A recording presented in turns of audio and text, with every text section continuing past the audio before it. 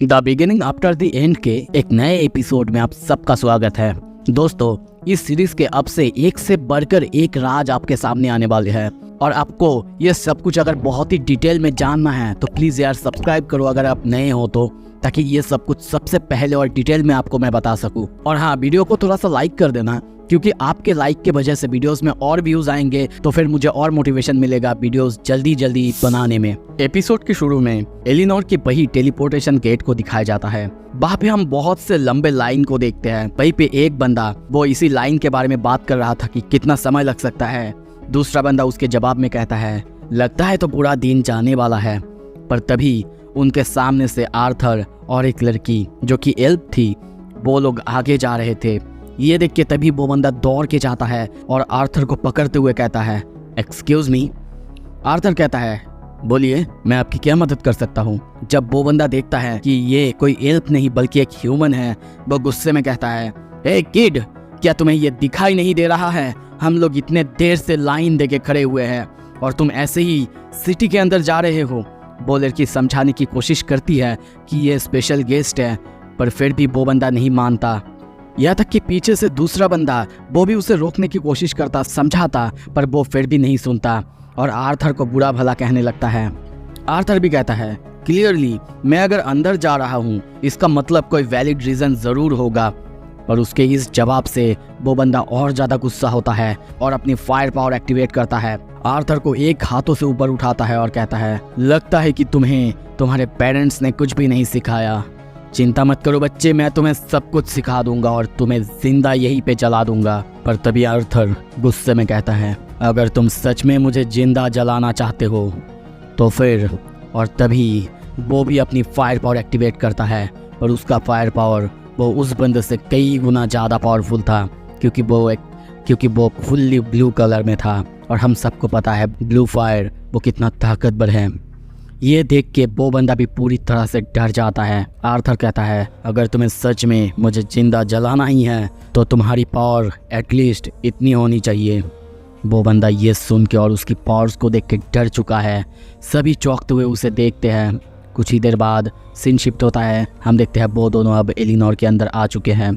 Arthur आगे जा रहा था, विंडसम के बारे में भी सोचता है, उसकी बातों के बारे में सोचता है और उससे पूछता है अगर तुम लोग इतने दिनों से सिल्विया को ढूंढ रहे थे, सिल्वी को ढूंढ रहे थे, तो फिर तुम्हें वो मिला क्यों नहीं? क्योंकि सिल्वी के बीस्ट विल मेरे अंदर है और उसके माना सिग्नेचर से तुम उसे ढूंढ सकते थे। पर विंडसम समझाता है कि सिल्वी के एक फेदर से उसने जो अपना माना सिग्नेचर को छुपाया था। और आर्थर को भी ये याद आता है सिल्वी के फेदर से उसने अपना वो घाव छुपा लिया था, या तक कि वो फेदर कुछ देर बाद गायब भी हो गया था। विंडसम कहता है तो अब जब हमने तुम्हें ढूंढ लिया है तो तुम्हें अब प्रिपेयर होना होगा इथियोपियास जाने के लिए। सीन प्रेजेंट में आता है। कुछ ही देर बाद हम आर्थर को कैसल के सामने देखते हैं। वो आगे आ ही रहा था और यही सब सोच रहा था। तभी सामने से दो गार्ड उन्हें रोकते हैं। आर्थर उन्हें सील दिखाता है, पर एक बंदा कहता है क्या सच में ये पेंडेंट वेरीफाइड है? आर्थर सोचता है एक बैच का होने का मतलब ही आखिर क्या है, अगर कोई इसे मानना ही नहीं चाहता तो। पर कुछ देर बाद वो लोग उन्हें अंदर जाने के लिए कहते हैं। पर तभी जोरदार एक ब्लास्ट होता है। उसी ब्लास्ट में कई सारे पत्थर और सब कुछ नीचे आ रहे थे, पर आर्थर अपने विंड मैजिक से सब कुछ को रोक देता है। तभी सामने से आवाज़ आता है ओह आर्थर, तुमको देख के अच्छा लगा। एल्डर वेरियन को देखते हैं। आर्थर पूछता है क्या हुआ है? एल्डर वेरियन कहता है एक बार सामने जाके देखो, वो फिर से कंट्रोल से बाहर हो चुकी है। वही ग्रीन रोशनी के अंदर हम तेसिया को देखते हैं। एल्डर वेरियन सारा सिचुएशन समझाता है कि वो कंट्रोल नहीं कर पा रही है, यहाँ तक कि वो जो वेन्स है वो ग्रो होते ही जा रहे हैं। और अब वो आर्थर को आगे जाने के लिए कहता है, अपने गार्ड्स को वहाँ से जाने के लिए कहता है। वो पूछते हैं पर ये बच्चा? एल्डर वेरियन कहता है ये बालक यही रहेगा और तुम लोग जाओ।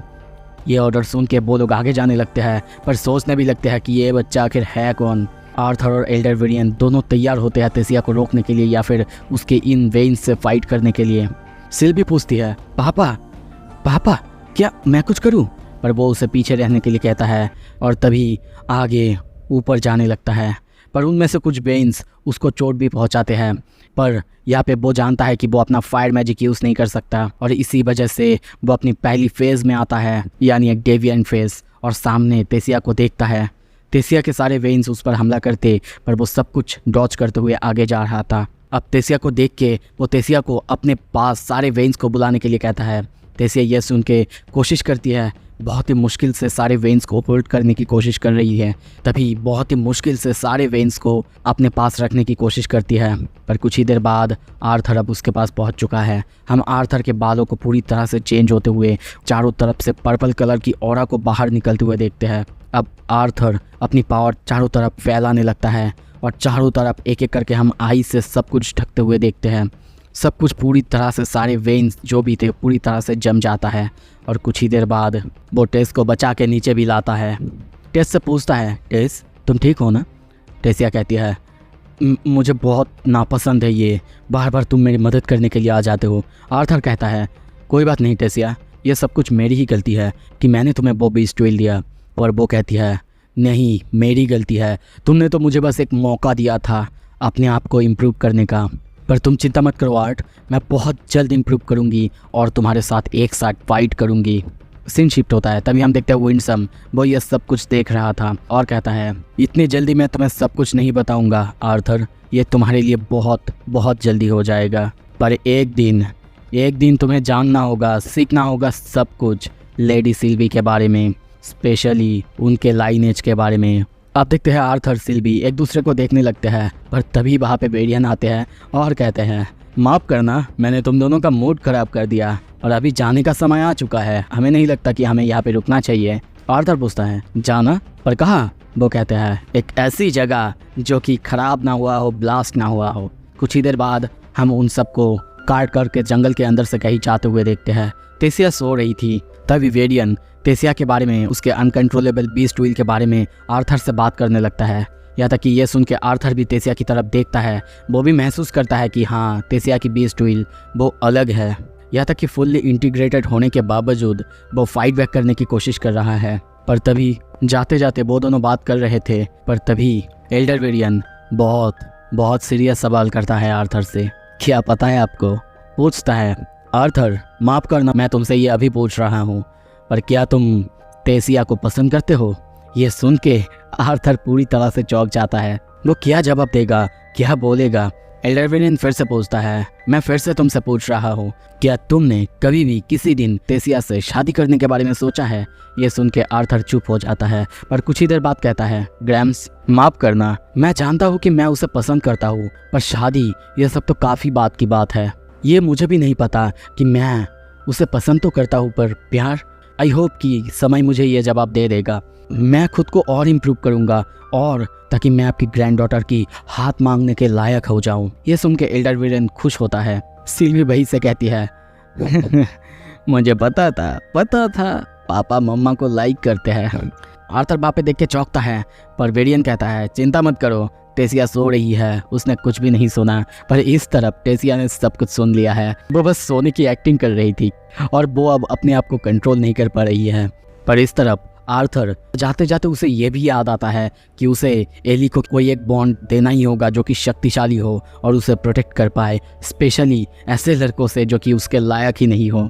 पर तभी एल्डर वेरियन कहता है, बच्चे पता नहीं तुम क्या सोच रहे हो, पर वो जगह आ चुका है। और कुछ ही देर बाद वो लोग उतरते हैं।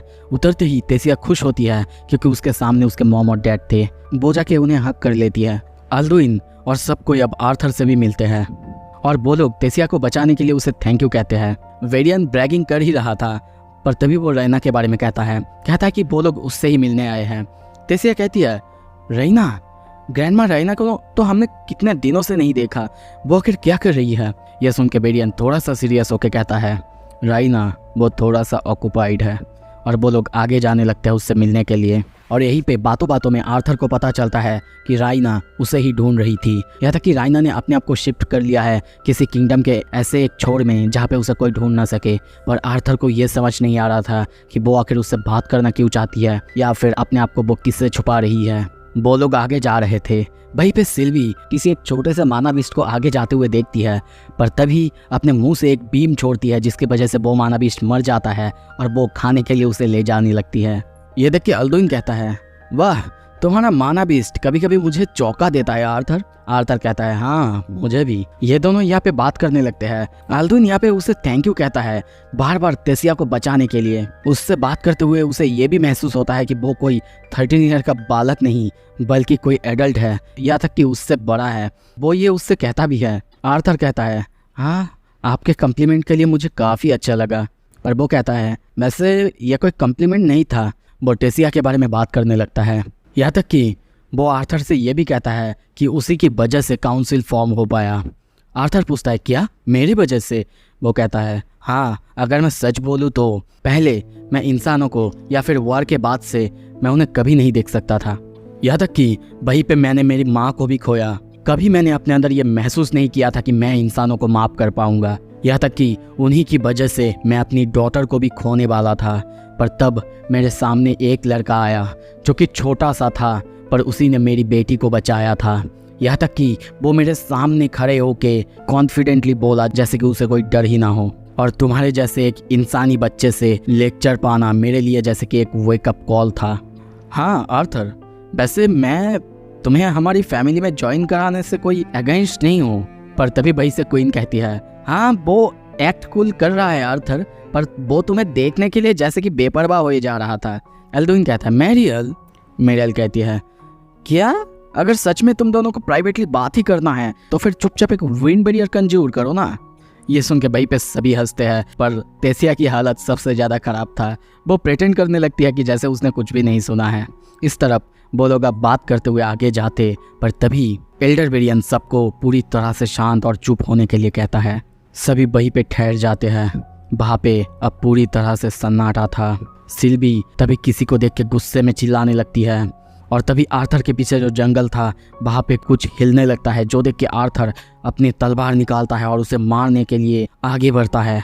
पर वहीं पे हम राइना को देखते हैं। आर्थर अब उसे मॉन्स्टर समझ के मारने ही वाला था, पर तभी एल्डर वेरियन उसे रोक देता है।